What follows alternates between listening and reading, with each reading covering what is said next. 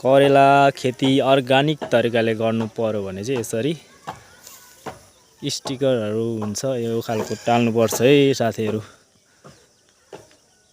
100% किराको व्यवस्थापन गर्न नसके पनि धेरै जसो झिंगा किराहरू चाहिँ यसले मार्ने रहेछ। अर्गानिक खेती यसरी गर्नुपर्छ है साथीहरू करेलाको।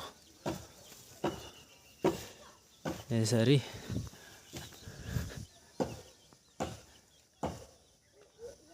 झिंगा किराहरूको सत्यानाश यसरी भएको छ। करेला यतिको राम्रै हुँदो रहेछ। यता नयाँ पनि हालेको छु आज भर्खरै। अनि यता पनि छ हाम्रो यो स्टिकरहरू। यसरी गरेपछि धेरै मात्रामा चाहिँ व्यवस्थापन हुने रहेछ।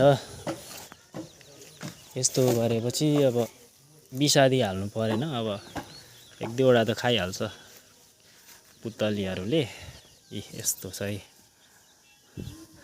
लगभग 90% जति चाहिँ करेला बचाउन सकिने रहेछ यो तरिकाबाट पनि। यहाँ पनि नयाँ फेरि थपेको छु यस्तरी है।